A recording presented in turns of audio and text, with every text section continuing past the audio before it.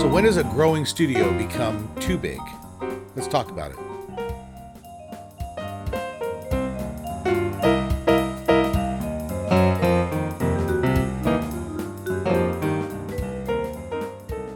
Don't forget to subscribe and please like this video so it ends up in more people's feeds. So with all the new studios opening up, one thing I've heard from a few different studio owners and managers is we don't want to get too big, or we don't want each site at each city to be too large. And there's some inherent inference that being too large is a problem. So I wanted to talk about growth in general. When is large too large, or what's the difference between the problems you have a large studio has and a small studio have? We're going to take this in a few different places. So I'm going to take you on a short journey, just walking through what sort of growth mindset a studio has to have if it wants to grow, and things that it needs to anticipate. And if you're thinking of going out on your own and maybe trying to launch your own boutique studio or start a larger studio with people, this is definitely a video you want to watch. So first I'm going to go through what has been the traditional thought process for building out a studio, and then I'm going to amend it with some new information that's really post-pandemic. So let's take a typical creative. She decides she wants to start a boutique studio with just a handful of artists. Maybe she's doing some shot work by herself and wants to expand it to a few friends. So if the group's going to get together, probably with their own machines, maybe either on site or just working from their homes, somebody's going to need to have a little bit of a pipeline IT mindset. It's going to need to take over that role. Someone in that group's going to have to be the producer. Probably the person who brought in the work is going to be the producer for that group. But then they decide to grow a little more. They start to have to establish an official producer. The creative who took over is starting to find that their time is being taken up by too many non-show decisions. We all know how much a creative supervisor is already busy on a show, and to run a whole studio operation on the side gets to be pretty time consuming pretty quickly. So just getting above 5, you're going to have to start thinking about how are we going to grow people? How are we going to add in some support folks? We're going to need to add in maybe an IT person, maybe a production or an office manager to assist the producer with general day-to-day. Maybe bring in a tech person who also does pipeline and IT work. You have to bring in somebody like that, a smart tech geek, if you will, on the team to serve as the ad hoc IT department. And then at some point, you're probably going to need to start thinking about accounting, HR, payroll issues. Do you want to do all that yourself, or your producer have them do it? Or do you want to start bringing in a person or farming it out? All these decisions start to build up, and they start to grow and grow and grow into more complex decisions as the studio grows. And this is why a lot of folks who start a boutique often start out with the mindset, I don't want to be more than 10 people, or I don't want to be more than 25 people, or I don't want to be more than 100 people. Whatever that line in the sand is, it's fairly arbitrary, and it's based on their perception of what that studio environment will be like. But I'll say functionally, with the proper planning, you should be able to handle any growth you want to target. So let's look at it a little bit more from like a math accounting perspective, right? Like the budgeting that you have to do to figure out how big do you want your studio to be. Now, it's important for us to do a quick little business 101 definition of 3 terms: direct labor, indirect labor, and admin overhead. Those are the terms we're going to use here. Direct labor is the people who are on the show. They're the folks who are directly adding to revenue. So if you add 5 more artists to your crew, you're adding direct labor because they're directly making it so that you can add more shots, 1-to-1 ratio, right? You add so many artists, you can add so many shots. This is direct labor. Indirect labor might be defined by most studios as the IT group, or sometimes even the pipeline group if they're not assigned to a show. So they're indirectly, adding to the show's capacity and abilities, but it's not 1-to-1 ratio, right? Every time you add a show, you don't add X amount of IT personnel. That's sort of the indirect labor. And then there's the traditional admin overhead. This would be payroll or the facility crew. These types of folks who are not really working on the shows, but they're making sure that the overall structure of the company is operating so that you can make money with these direct and indirect labor. So here's the 3 roles. Again, direct labor would be an artist or a producer. Indirect labor might be, in this case, an IT person. And we'll say admin overhead is sort of like an HR or accounting payroll person. She decides she's going to go from 1 person to 5. Everybody brings their own machines and their own licenses. Either they're doing this remote, or maybe they decide to get an office space. Now, that office space is going to come with money as well as power, network, servers. They're going to start incurring costs. Now, when I show you these costs, it's never all the costs that they would incur, because I got to keep this simple, and it's never an exact accurate accounting. It's just some general numbers that should be approximate when looked at each other. So yeah, rent's going to be a lot more than you say power, and labor is going to be a lot more than rent in these numbers. But in general, don't take these numbers as being any particular studio's numbers.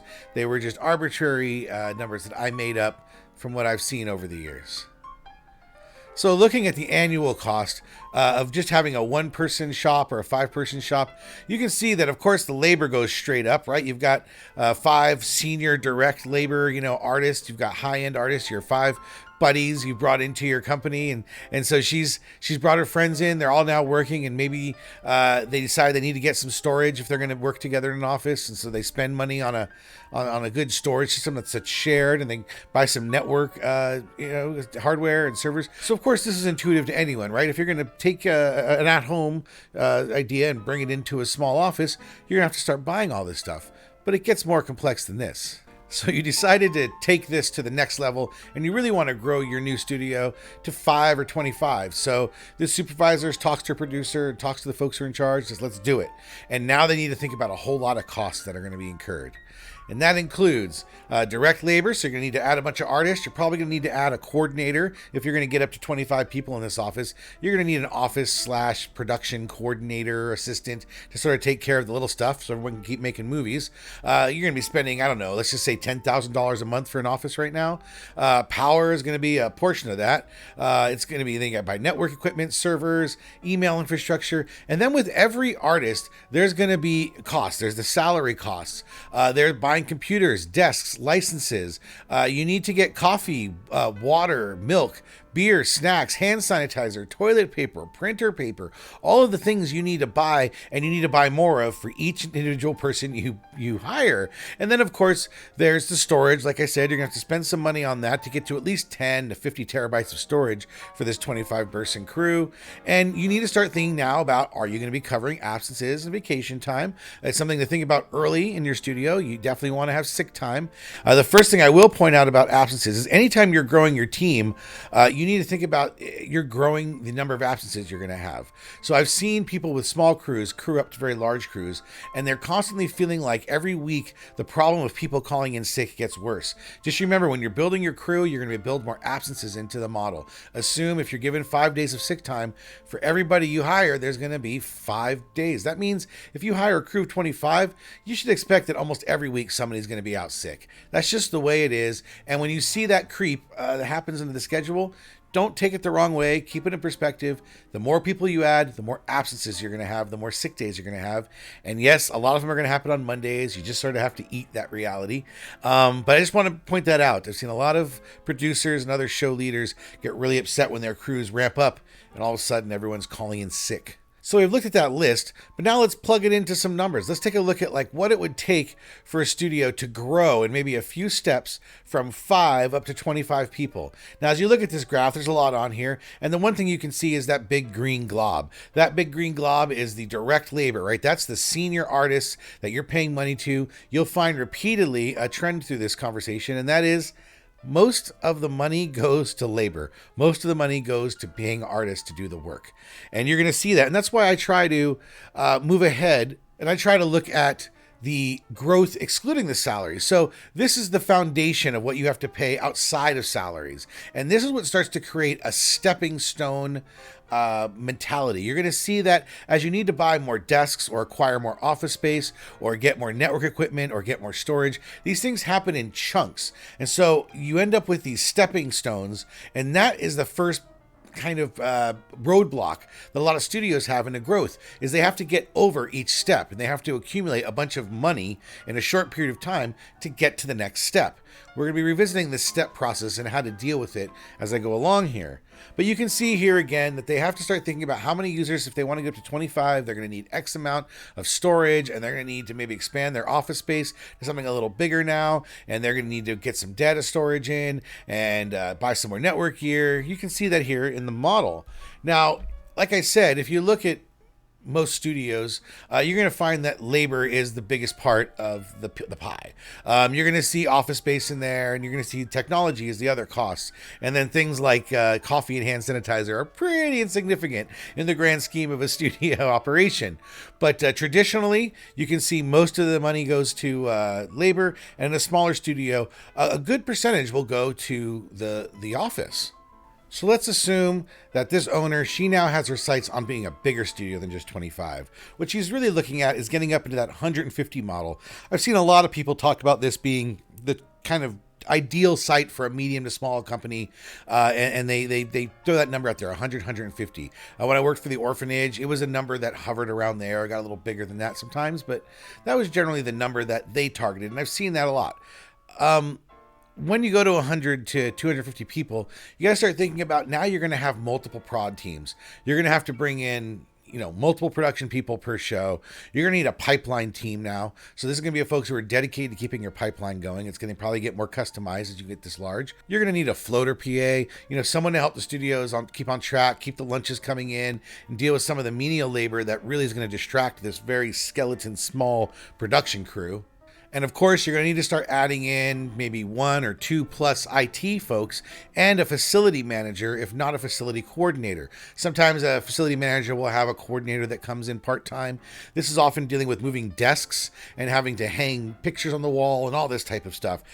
So as you anticipate this, it should be no surprise, most of the money, once again, you can see here in the green and the blue at the bottom of this graph, this is mostly going to be labor, right? You're going to see, again, we're dealing with the stepstone problem. As we go up, really just the numbers go up. Some of the numbers are pegged directly to artist size, like licenses. Other ones swell in big chunks, like office space. Again, if we take out the salaries and you take a look here, you'll see that the blue at the bottom, in this case, is office space. It takes a while, over a year or two. Eventually, you've got to expand that office space. But other things like desks and computers are expanding at a regular rate. And different things come in at different rates. You have to deal with this stepping stone. And when you hit a big wall, that's a lot of money to come up with. If you look here, that's a lot of money for a small studio that's trying to grow to just pay capital expense. So I keep pointing out that it's in steps, but if you look here, it really doesn't happen that way. That's the way you plan it. You plan it in steps because you create these discrete sort of budgetary columns for the future months and quarters. But the reality is that shows are coming and going, artists are available and unavailable, and you're going to start bringing artists up. This is, of course, the red dotted line is the artists in here. And as you ramp them up, you're going to be able to try to ramp up some of that salary. And then other things, like I said, are going to be done in a stepstone way, even if you've got the artist ramping up in sort of a smoothed curve. It's very hard to match these up. And you can imagine that those times when you ramp up and you haven't bought new equipment, that's where everyone's complaining. We don't have enough machines to hire the new artists in. If you're chasing that, it's a real challenge. So you need to figure out how to get over each of those steps, how to plan your shows in or plan where those steps are going to be so that it comes with your revenue coming in. It's not easy, I admit, but whether you're going to grow from 25 to 100 or you're going to grow from 100 to 250, the problem and the challenge is just the same. It's just the scale is larger. We will show as we get to the even larger examples next how the ratios of how much is going to labor versus overhead, things like that, that really starts to morph when you get to very large studios versus very small studios. So for the owner who she really wants to look big time, she wants to get up there and compete with the biggest shows, bring in the Disney work, and she wants to get all the way up to 700 or 900 people. So you can go through and determine very mathematically how many resources you're going to need to get that many people going. You can break it down and just extrapolate it out. So again, these numbers are really broad assumptions that I simply just made sitting on my couch. They do somewhat relate, they average out to around $60,000 to $70,000 a year across the crew, these numbers. But in fact, it's spread out with juniors and seniors, as you can see here in the studio growth that I projected here, that it's always a mix where juniors come in more and more as the studio starts to grow. So as the studio starts to get into the 900 range, you're going to start seeing some things different than the 25 size studio. So as you grow your studio, you're going to hit these crossroads where you're going to have to make a decision. There's a certain stage in the hundreds of people where you grow where you say, you know what, we need to have a second building somewhere. But then there was this voice that said for a long time, having a second building is too much of a burden, and we need to have everybody stay in the same building. And we would find that over time, that old way of thinking has gone away. I can't think of too many studios of medium or large size that don't have multiple buildings. Further down, there's going to be a crossroad, and you're going to have to start thinking about, we've maxed out the labor pool and our ability to expand within the city and our building. We need to look at other cities. Maybe we want to take advantage of some of the tax advantages of some of the other cities. Traditionally, the idea was, we need to have everyone at least in the same campus. Even if they're in separate buildings, we need everyone in the same city. But that old way of thinking is long gone. Most supervisors are having to supervise shots in multiple cities, a lot of times even overseas, and they're already building the skills on how to remotely view. And that leads to remote workers. And that leads us into the pandemic conversation a little bit and how this might be different. There was a time when the idea of having a remote workforce was considered way too much of a burden and way too unpredictable and was not desirable by nearly every studio. There were a few small studios pre-pandemic that were making the aspect of working from home and working remotely an actual selling point of the job, but these were small instances that were starting to creep up. Then the pandemic hit, and like everyone knows, the workforce basically proved to the studios that we can absolutely work from home. Now, that comes with challenges, much like having a second location, which studios adjusted to, having multiple buildings, much like having to have a studio operate across multiple cities. And again, the studios identifying that that's a burden, worked past the burden and made it work. So now studios are set up in multiple cities. Then there's the idea of remote workers. Again, it's been proven it works. Not only does it work, but now we're at a situation where everything has changed, and most of the studios that I know have grown so that their workforce couldn't fit back into the building, even if they tried. Secondly, that's assuming they haven't moved the desks. And if there's going to be a protocol where people are going to have the desks further apart, well, then a studio certainly can't bring the same workforce back. And this leaves everyone in a bit of a conundrum. Studios used to be built to be large-scale artist workspaces with maybe data centers inside, but that was their primary purpose, was to create a working environment for the artist community and the production teams to get their job done. Nowadays, a studio needs to think of itself as a data center that might have some local artist workstations and some local editorial or review workspaces attached to it, but it needs to start thinking of itself as a data center. Once you eliminate from costs the desks and all of those costs and move some of those costs off to the artists and them working out of their own home, you change the model a bit. So if you're building your infrastructure to handle a remote workforce, it will pretty much work automatically for an on-site workflow.